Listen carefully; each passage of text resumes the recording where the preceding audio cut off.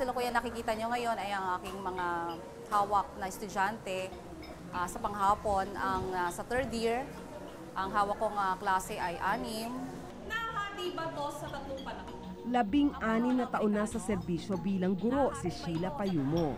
Agosto noong nakaraang taon nang mag-apply siya ng salary loan sa ikalawang pagkakataon. Marami kasing gastusin sa bahay, sa mga anak. Siyempre hindi naman kaya yung sahod namin. Maliit lang naman ang sahod ng guro. So maraming gastusin, nagpapaaral ka ng anak, may maliit pa akong baby. Isa ang salary loan sa 4 na klase ng loan sa GSIS. Kung ikaw ay nakapag-serbisyo na sa loob ng 10 taon, pwede mong utangin dito up to 10 times ng iyong basic monthly salary or basic monthly pay. Pero sa halip na makakuha ng pera, siya pa ang sinisingil ng ahensya. Natuklasan ko na hindi pala ako pwedeng mag-reloan dahil mayroon daw akong loan na 78,000. Tapos nag-accumulate ng interest ng 91,000. Tapos, so nagulat ako, humingi ako ng request kung bakit nagkaganoon yung aking loan.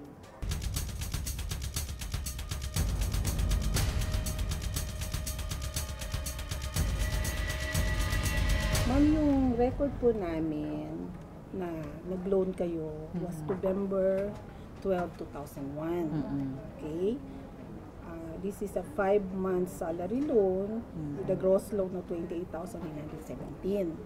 So, ito po yung record. Ngayon po, meron po tayong, kasi parang ang request mo rito is yung photocopy ng check. Okay? Ito po, ma'am, yung photocopy ng check. Okay. Ito naman po kung saan nyo po siya in-cash or diniposit. How come po na nakalagay doon kasi sa loan granted is 78,000? Ay, ma'am, may kasama na pong interest and surcharges. Kailan yung yung loan? Yung 2001, November. Updated ang interest natin no, ma'am, hanggang 2008 lang po yun. Yung interest na nakakarga. So, nag-interest siya ng 50,000? Yes. November 2001 nang maaprubahan ang unang salary loan ni Sheila na mahigit 28,000 pesos. Para mabayaran ang utang, dapat ay kinaltasan ng DepEd ang kanyang sahod ng mahigit 1,000 pesos kada buwan sa loob ng 3 taon. Pero walang nakaltas kay Sheila. Ang GSIS, nagbibigay kami ng billing sa mga agency, yung IT ng DepEd, which is IBM nga. So, hindi ko naman sasagot pagdating sa part na yan. Basta ang alam ko, nagpapadala kami ng billing sa agency, idididakan nila dapat yung member. Si Ma'am Sheila kasi nagtrabaho siya dito sa Valenzuela po. Noong panahon na yon, ang payroll, automatic payroll deduction scheme natin ay hinahandle ng central office.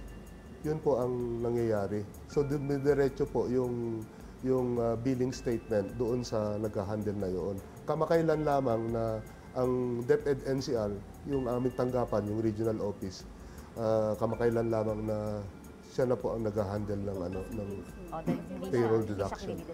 At naka-reflect doon sa records niya dito sa aming tanggapan na doon lang siya naumpisa na dedakan noong 2011. Nag-resign sa pagtuturo si Sheila noong 2003 at bumalik sa serbisyo noong 2008. Hindi nabayaran ang utang ni Sheila sa loob ng 10 taon, kaya sa halip na 28,000 pesos ang babayaran, lumobo ito sa mahigit 91,000 pesos.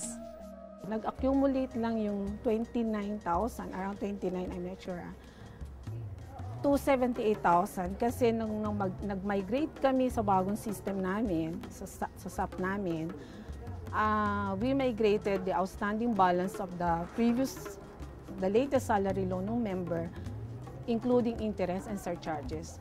Kailangan din responsable ang bawat borrower. Bilang borrower, alam mo kung kailan mag-i-start yung obligation mo.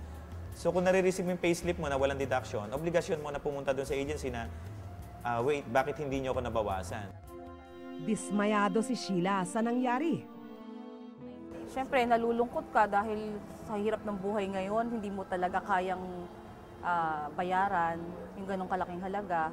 Siyempre, may mga anak ka, hindi naman ganong kalaki ang sweldo ng teacher. Aabot sa 20,000 ang sweldo ni Sheila kada buwan. Pero dahil sa mga kinakaltas tulad ng GSIS, PhilHealth at Pag-ibig contributions at ang bayad sa kanyang iba pang utang, 5,000 na lang ang naiuuwi niya. Tatapos ka na ba sa mga grades mo? Sa huli ay dapat pa ring bayaran ni Sheila ang kanyang utang. Na kailangan niyang mag-monthly installment doon, pwedeng direct payment or kung willing namang magpa-deduct siya sa agency niya, pwede rin naman para lang mabawasan yun. Kasi ang interest namin ngayon with penalties na yun eh. That you spoke to him today.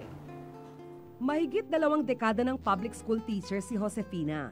Miyembro siya ng Government Service Insurance System o GSIS. Halos 3,000 piso ang kanyang kontribusyon kada buwan. Yung Government Service Insurance System ay isang pension fund institution.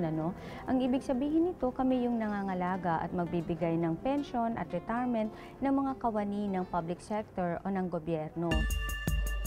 Noong nakaraang taon, nagpasya si Josefina na kunin na ang maturity benefit na ibinibigay sa mga miyembro na 20 taon na sa serbisyo.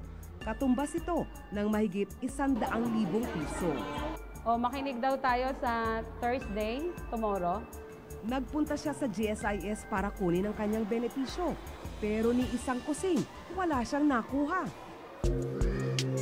May mga utang pa raw kasi siyang hindi nababayaran na aabot sa mahigit 100,000 piso. Nagulat po ako.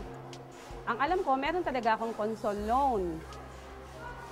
Pero yung pong emergency, cash loan, salary loan, lahat po yun fully paid na. At may certification po ang DepEd na na-remit at nabayaran sa kanila. You did. Gagamitin niya sana ang pera sa pagpapagamot ng kanyang asawa na may sakit sa puso. Ongoing ang maintenance niya ng gamot. So sabi ko kung may na-claim kami, hindi na siya makapagtrabaho kagaya ng dati. So kung yung pera na nakuha, kung kahit papano makapagbukas ng tindahan, o kaya po ay makakuha ng isang maliit na pagkakakitaan. Ayon sa GSIS, kailangang mabayaran muna ni Josefina ang kanyang mga utang bago niya makuha ang maturity benefit. Noong 2009, pinuna ng Commission on Audit ang GSIS tungkol sa hindi tugmang billing at koleksyon ng ahensya na umabot sa mahigit 4 na bilyong piso. Benepisyo ng mga miyembro ng GSIS ang apektado sa loob ng mahigit 1 dekada. May sistema na raw ang GSIS para mas malaman ng mga miyembro nila ang estado ng kanilang GSIS loans at contributions. Ito yung tinatawag nating UMID e-card ng GSIS members. UMID stands for Unified Members Identification Card. No? So ito ang ginagamit ng miyembro kapag magtatransact siya sa GSIS gamit ang ating kiosk. Secure ito dahil wala namang ibang makakagamit ng iyong card, malibang ipagkatiwala mo ito sa ibang tao, kundi ikaw lang. At isa pa, kapag naglo-loan ng isang tao, ang confirmation ng kanyang loan ay kinukuha yung kanyang fingerprints na tinatawag nating biometric data. Sa mga empleyado, ang bawat benepisyo ay may katapat na buwan-buwang kaltas sa sweldo. Kaya dapat binabantayan ito para ang perang pinaghirapan ay hindi masayang. Mga kapuso, salat sa pondo ang Pilipinas. Bawat sentimo ng kaban ng bayan dapat napupunta sa makabuluhang paraan. Sa mga taong gobyerno, ingat sa paggasta ng pondo. Sa mga mamamayan, bantayan kung nalulustay o nagagamit ng tama ang ating pondo. Ang ID mo bilang Pilipino, nagbibigay sa iyo ng pribilehyo at responsibilidad na maging bahagi ng direksyon ng ating bayan. Magtanong, magsaliksik, linangin ang kaisipan. Kapag may katiwalian at pag-abuso, dapat tayong makaalam at makialam. Ako po si Malu Mangahas.